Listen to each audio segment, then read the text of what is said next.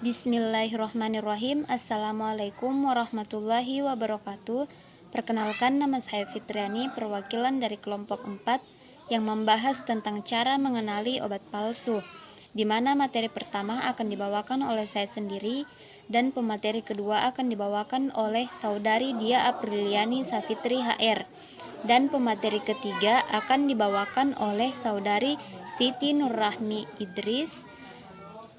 Langsung saja, saya akan membahas materi pertama, yaitu tentang apa itu obat palsu dan beberapa aspek obat palsu.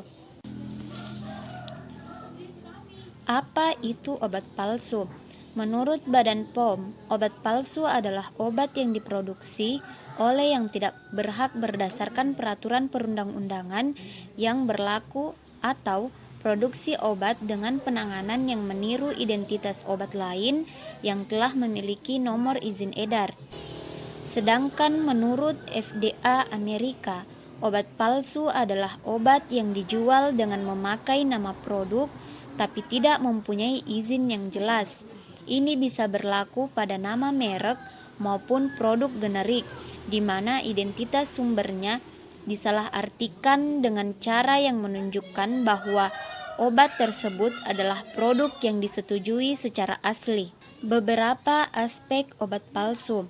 Yang pertama, obat yang tidak mengandung bahan aktif. Yang kedua, obat dengan bahan aktif tapi dalam jumlah yang rendah atau dalam jumlah yang sangat berlebihan. Yang ketiga, obat dengan bahan aktif yang berbeda atau tidak semestinya. Yang keempat, obat dengan kemasan palsu. Materi kedua akan dibawakan oleh saudari Dia Apriliani Safitri HR, yaitu tentang kenapa ada obat palsu dan apa risiko obat palsu. Kepada saudari Dia Apriliani Safitri HR dipersilahkan. Terima kasih moderator atas kesempatannya. Baik, bismillahirrahmanirrahim. Assalamualaikum warahmatullahi wabarakatuh. Di sini saya akan melanjutkan materi yang telah dipaparkan oleh kawan saya sebelumnya. Adapun judulnya yaitu kenapa ada obat palsu? Menurut Badan Kesehatan Dunia atau WHO, ada sejumlah faktor yang memicu pembuatan dan peredaran obat palsu, yaitu kurangnya komitmen dari pemerintah terhadap kontrol peredaran obat. Selain itu juga karena jumlah peraturan peredaran obat yang sedikit, kurang jelasnya deskripsi peran pelaku pengawasan peredaran obat, harga obat yang tinggi, hingga kurang tegasnya sanksi hukum yang diberikan bagi pemalsu obat. Biasanya, obat yang dipalsukan adalah obat yang laku keras dan peminatnya yang tinggi, tapi harganya yang mahal. Perlu diketahui, pemalsu tidak akan mengedarkan obat yang dalam artian obat generik karena harganya sudah murah sehingga tidak menguntungkan. Kecuali ada kasus yang dilakukan oleh JKI, obat generik dikemas ulang sebagai obat bermerek agar nilai jualnya tinggi. Selanjutnya, apa risiko obat palsu? Risiko obat palsu itu ada dua. Yang pertama, obat palsu dapat menyebabkan gangguan pada tubuh seperti lambung, aliran darah, hati, dan ginjal. Selain itu, obat palsu juga dapat menyebabkan reaksi alergi pada obat, serta resistensi kuman. Yang kedua, orang yang mengonsumsi obat palsu dapat memperparah penyakit yang dialami atau bahkan dapat menyebabkan kematian.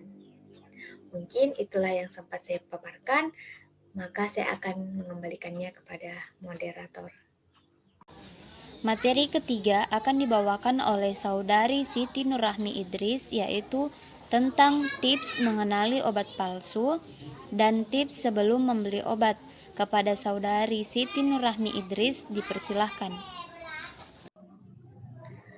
Baik, bismillah, terima kasih atas kesempatannya.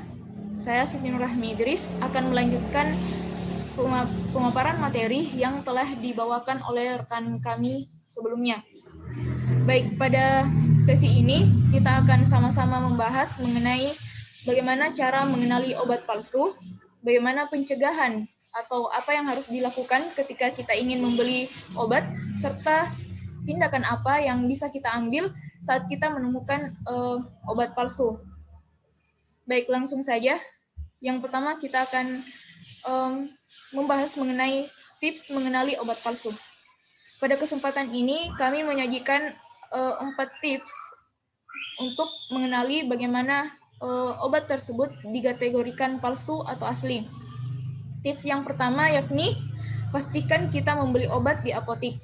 Nah, kita sudah ketahui bersama bahwa apotik adalah sarana untuk kita seorang farmasis dan juga masyarakat untuk melakukan transaksi penjualan obat khususnya yang telah diakui dan secara resmi diberikan izin untuk mendistribusikan obat kepada masyarakat. Nah, di apotek, obat yang dijual lebih terjamin keasliannya.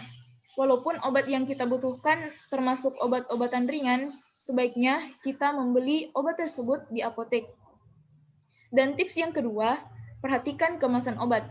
Sekecil apapun perubahan atau perbedaan pada kemasan obat, kita harus mencurigainya.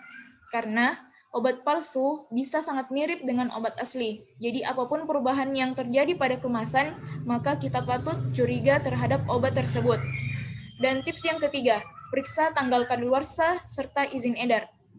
Biasanya pada obat palsu, cetakan tanggal kadaluarsanya sulit terbaca, atau tanggal kadaluarsa hanya ditempel dan mungkin juga diganti dengan tulisan pulpen. Serta ada pula obat palsu yang tidak mencantumkan tanggal kadaluarsa. Selain tanggal kadaluarsa, obat palsu juga biasanya tidak memiliki izin edar pada kemasan. Dan juga tips yang terakhir dari kami yakni tablet mudah hancur.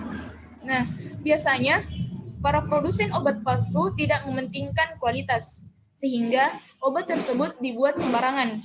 Akibatnya, tablet obat tersebut mudah hancur. Nah, obat seperti ini merupakan kualitas obat yang di bawah standar, dan apabila kita menemukan obat yang tabletnya mudah hancur, maka kemungkinan besar obat tersebut adalah obat palsu. Nah, itu beberapa tips dari kelompok kami. Selanjutnya, kita bisa selain itu kita juga sebaiknya melakukan tindakan preventif atau pencegahan terhadap obat sebelum membeli. Di sini kami menyajikan ada 5 poin hal-hal yang perlu sebaiknya diingat sebelum membeli obat.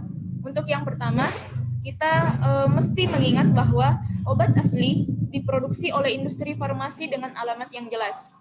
Jadi biasanya kita bisa mengamati alamat produsen obat tersebut pada kemasan, baik itu kemasan luar seperti kardus obat maupun kemasan obat itu sendiri.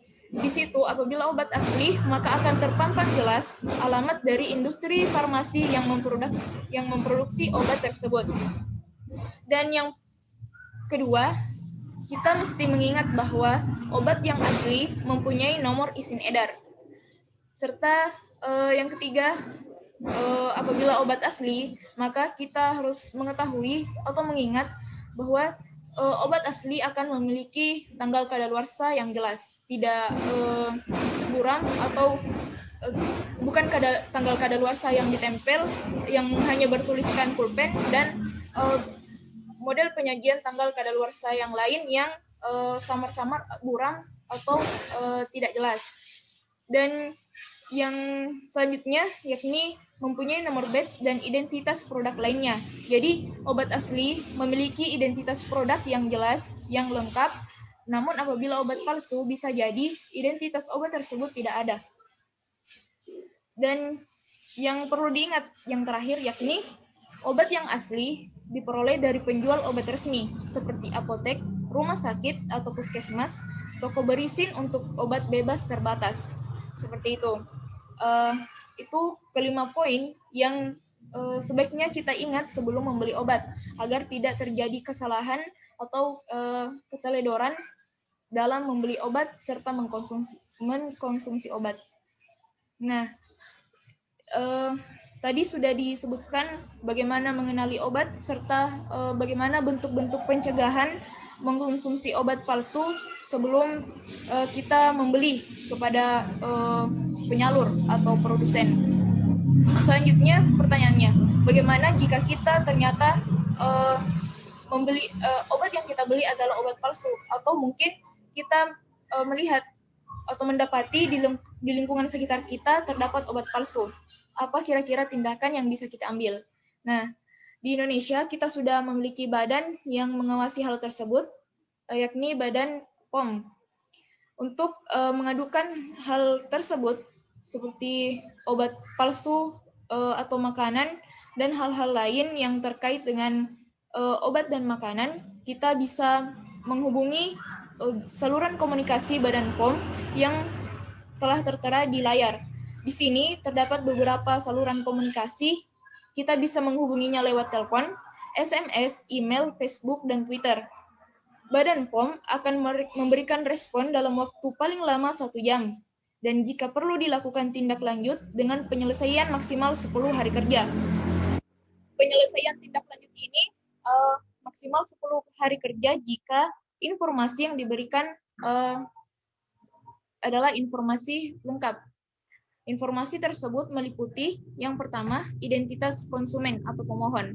Identitas ini terdiri dari nama, nomor telepon atau email, pekerjaan atau profesi, KTP, atau tanda pengenal untuk konsumen tatap muka. Dan informasi selanjutnya yakni identitas produk yang diadukan, jenis informasi yang dibutuhkan, kemudian tujuan permintaan informasi, serta lokasi dan waktu terjadinya masalah yang diadukan. Hal itu, informasi tersebut yang dibutuhkan oleh Badan POM untuk memproses pengaduan dan menindaklanjutinya, yang dimana penyelesaiannya itu maksimal 10 hari kerja apabila informasi yang diberikan adalah informasi lengkap. Baik, mungkin itu yang bisa saya bawakan pada sesi ini. Selebihnya, saya mohon maaf apabila terdapat pemaparan yang kurang jelas atau terdapat beberapa pemaparan yang kurang tepat. Selebihnya saya serahkan kepada moderator. Itulah presentasi hasil diskusi kami dari kelompok 4 yang membahas tentang cara mengenali obat palsu. Kurang dan lebihnya mohon dimaafkan. Wassalamualaikum warahmatullahi wabarakatuh.